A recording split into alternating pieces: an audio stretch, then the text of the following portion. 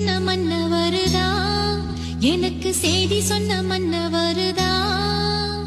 சொந்தம் சொல்லி நெத்தியில குங்குமத்தை வச்ச ஏன் மன்ன